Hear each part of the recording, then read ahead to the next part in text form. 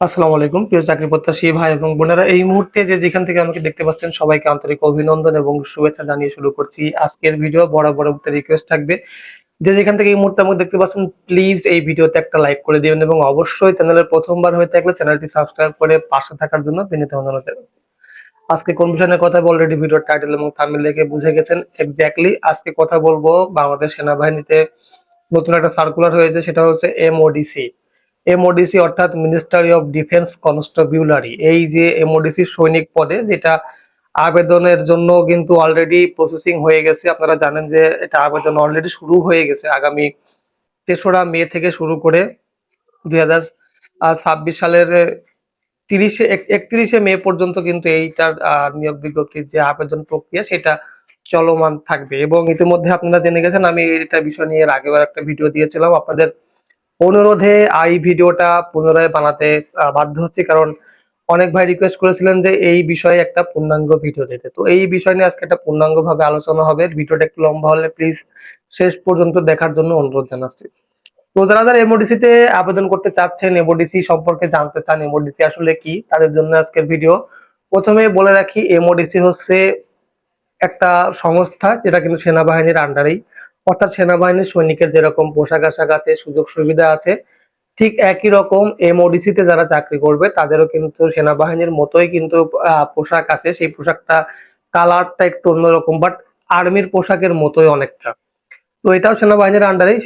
অনেকেই জানেন না যে এমওডিসি মানে কি। এমওডিসি মানে হচ্ছে মিনিস্ট্রি অফ ডিফেন্স কনস্টেবুলারি। এই ট্রেডের সাধারণত কাজ হয়ে থাকে বিভিন্ন জায়গায় সিকিউরিটি প্রদান করা বা বিভিন্ন জায়গায় গার্ড অফ অনার দেয়া, এ ধরনের বিভিন্ন রকম কার্যক্রম কিন্তু এই এমওডিসি থেকেই হয়ে থাকে। আপনারা জানেন যে এইখানে আবেদন করতে হলে অবশ্যই আপনাকে অনলাইনে আবেদন করতে হবে। এখানে দুই ধরনের সাধারণত পদ থাকে, যে একটা হচ্ছে জিডি অর্থাৎ সাধারণ পদ, এবং আরেকটা হচ্ছে ক্লার্ক বা করণিক পদ। এইখানে আপনি যদি জিডি পদে আবেদন করতে চান তাহলে সেই ক্ষেত্রে আপনার অনলাইন বাবদ পরীক্ষার ফি সহ সবকিছু মিলায়ে ৩০০ টাকা মতো অনলাইনে অ্যাপ্লিকেশন করতে হবে। অবশ্যই অ্যাপ্লিকেশনটা কিভাবে করবেন সেটা আপনারা কম্পিউটার দোকানে গেলেই করে দেবে।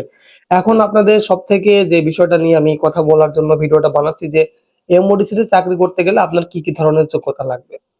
যেমনটা আপনারা স্ক্রিন দেখতে পাচ্ছেন, প্রথমেই তো আপনার বয়স হতে হবে ১লা জুলাই ২০২৬ তারিখ হতে ১৭ বছরের কম এবং ২৫ বছরের বেশি হবে না। অর্থাৎ আপনার বর্তমান বয়স ১৭ বছরের কমও হবে না, আবার ২৫ বছরের বেশিও হবে না। অর্থাৎ ১৭ থেকে ২৫ বছরের মধ্যে যদি আপনার বয়স হয়ে থাকে তাহলে কিন্তু আপনি এখানে অ্যাপ্লিকেশন করার সুযোগ পাচ্ছেন। দ্বিতীয় হচ্ছে আপনার শিক্ষাগত যোগ্যতা।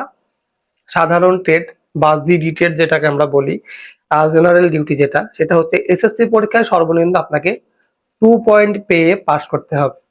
জিপিএ 2 পয়েন্ট পেয়ে যদি আপনি এসএসসি পরীক্ষায় পাস করতে পারেন তাহলে জিডি ট্রেডে আপনি অ্যাপ্লিকেশন করতে পারবেন। এবং আপনি যদি ক্লার্ক পদে আবেদন করতে চান সেই ক্ষেত্রে আপনাকে এসএসসি পরীক্ষায় ন্যূনতম ৩ পয়েন্ট পেয়ে কিন্তু পাস করতে হবে। উচ্চতার কথা যদি বলি তাহলে ছেলেদের ক্ষেত্রে এখানে উচ্চতা লাগবে ১.৬৮ মিটার বা ৫ ফুট ৬ ইঞ্চি। এবং তাছাড়া যারা ক্ষুদ্র নৃগোষ্ঠী, চাকমা, মারমা, গারো, সাঁওতাল, ত্রিপুরা, বিভিন্ন ধরনের যারা ক্ষুদ্র নৃগোষ্ঠী আছেন বা বিভিন্ন রকম সম্প্রদায়ের মানুষ যারা আছেন তাদের ক্ষেত্রে কিন্তু এই ১.৬৩ মিটার বা ৫ ফুট ৪ ইঞ্চি উচ্চতা হলে আপনারা এখানে অ্যাপ্লিকেশন করার সুযোগ পাচ্ছেন। এরপরে হচ্ছে ওজন।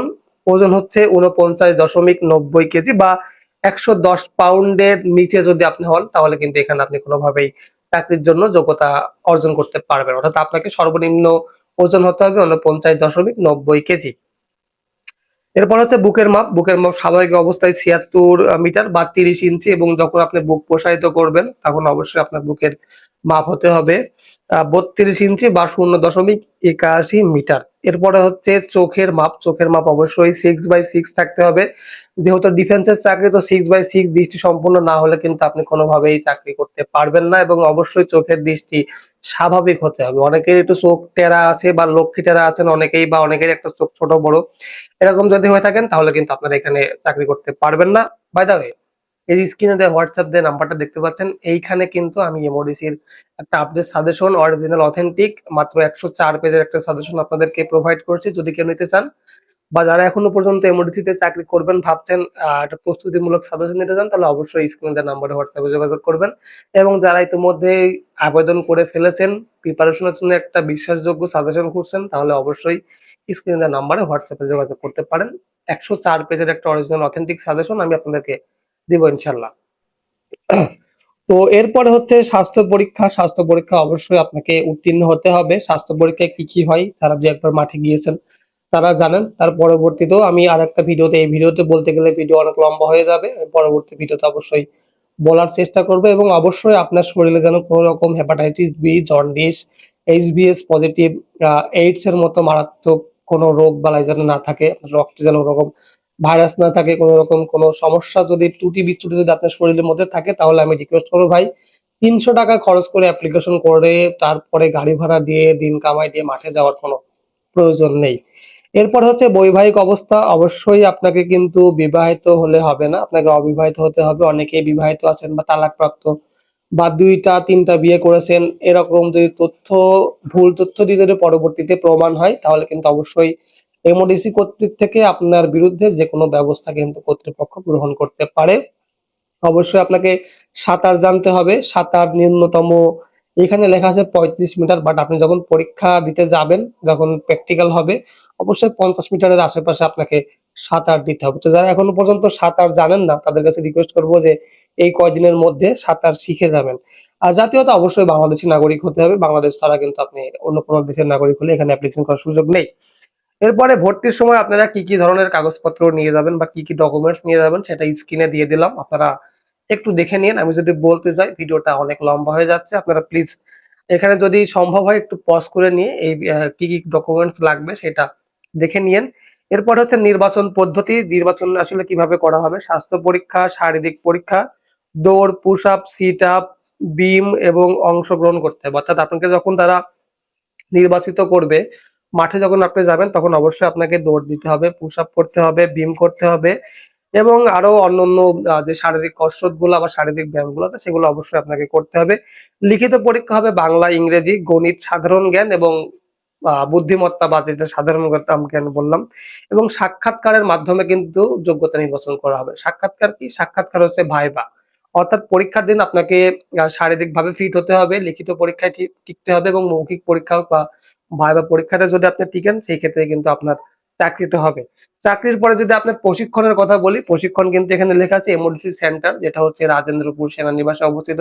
গাজীপুর রাজেন্দ্রপুর সেনানিবাস, যেটা বাংলাদেশে ওই একটা মাত্র সেন্টারেই কিন্তু এমওডিসি সোলজারদের আসলে প্রশিক্ষণ করানো হয়। তো আপনার যদি চাকরি হয়, তাহলে অবশ্যই আপনাকে ওই রাজেন্দ্রপুর এমওডিসি যে সেন্টার আছে সেখানে যে আপনার ট্রেনিং করতে হবে। এবারে হচ্ছে আহ নিম্ন বর্ণিত মানে আপনি কি কি ধরনের সমস্যা যদি আপনার মধ্যে থাকে, তাহলে আপনি চাকরিটা পাবেন না। যেমন আপনি যদি কোনো এর আগে কোনো সশস্ত্র বাহিনীতে চাকরি করেন, স্বেচ্ছায় যদি বরখাস্ত হন, সেই ক্ষেত্রে আপনার স্বেচ্ছায় চাকরি ছেড়ে দেন বা যদি কর্তৃপক্ষ নিকট কর্তৃক আপনি যদি বরখাস্ত হন, তাহলে সেক্ষেত্রে আপনার চাকরি এখানে হবে না।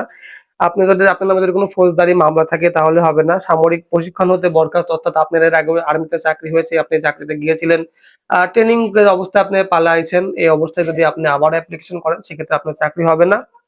আর আপনার যদি 2টা নাগরিকত্ব থাকে, অর্থাৎ আপনি বাংলাদেশে বাস করেন এবং পাশাপাশি যে রাষ্ট্র আছে আমাদের ভারত, সেই দেশেরও যদি আপনি নাগরিক হয়ে থাকেন, তাহলে কিন্তু কোনোভাবে এখানে আপনার চাকরির হবে না। এইবার চাকরিতে এমওডিসি সৈনিকতে ভর্তি হওয়ার পরে আপনি কি কি ধরনের সুবিধা পাবেন? প্রথমে যে সুবিধা পাবেন সেটা হচ্ছে বেতন ভাতা। প্রশিক্ষণ চলাকালীন সময়ে 8,800 টাকা বেসিক, অর্থাৎ এইটাই হচ্ছে আপনার মূল বেতন। আপনি এই বেসিকের সাথে আপনার অন্যান্য ভাতা হয়তো বা যোগ হতে পারে। এরপরে যদি আপনি বলেন যে পদোন্নতি আছে কিনা, অবশ্যই পদোন্নতি আছে। সৈনিক থেকে মাস্টার ওয়ারেন্ট অফিসার পর্যন্ত আপনি এখানে হতে পারবেন। আর অবশ্যই বাসস্থান আছে, নিরাপদ এবং মনোরম পরিবেশে ক্যান্টনমেন্টের ভিতরে থাকার মতো বাসস্থান আপনাকে সরকার কর্তৃপক্ষ থেকে দেয়া হবে। এবং রেশন এবং চিকিৎসা খরচ যদি বলি, আপনি আপনার স্ত্রী সন্তান সহ মোট 5 জনের রেশন পাবেন এবং সবারই কিন্তু সম্মিলিত সামরিক হাসপাতাল বা সিএমএইচ এ চিকিৎসার সুব্যবস্থা রয়েছে। তো এই ছিল এমওডিসি সৈনিকের মূল বিষয়বস্তু। আশা করি এই ছোট্ট সময়ে যতটুকু পারছি বোঝানোর চেষ্টা করেছি। আর যদি ভিডিওটা ভালো লাগে, তাহলে অবশ্যই এই ভিডিওতে একটা লাইক করবেন, কমেন্ট করবেন এবং পরবর্তী ভিডিও কোন বিষয়ের উপর জানতে চাচ্ছেন, অবশ্যই কমেন্ট করে জানাবেন এবং যাদের সাজেশন দরকার অবশ্যই স্ক্রিন দেওয়া নাম্বারে হোয়াটসঅ্যাপে যোগাযোগ করবেন। পরবর্তী ভিডিও দেখার আমন্ত্রণ জানিয়ে আমি রাজ আজকের মধ্যে এখানেই বিদায় নিচ্ছি। সবাই ভালো থাকবেন, সুস্থ থাকবেন। আল্লাহ হাফেজ।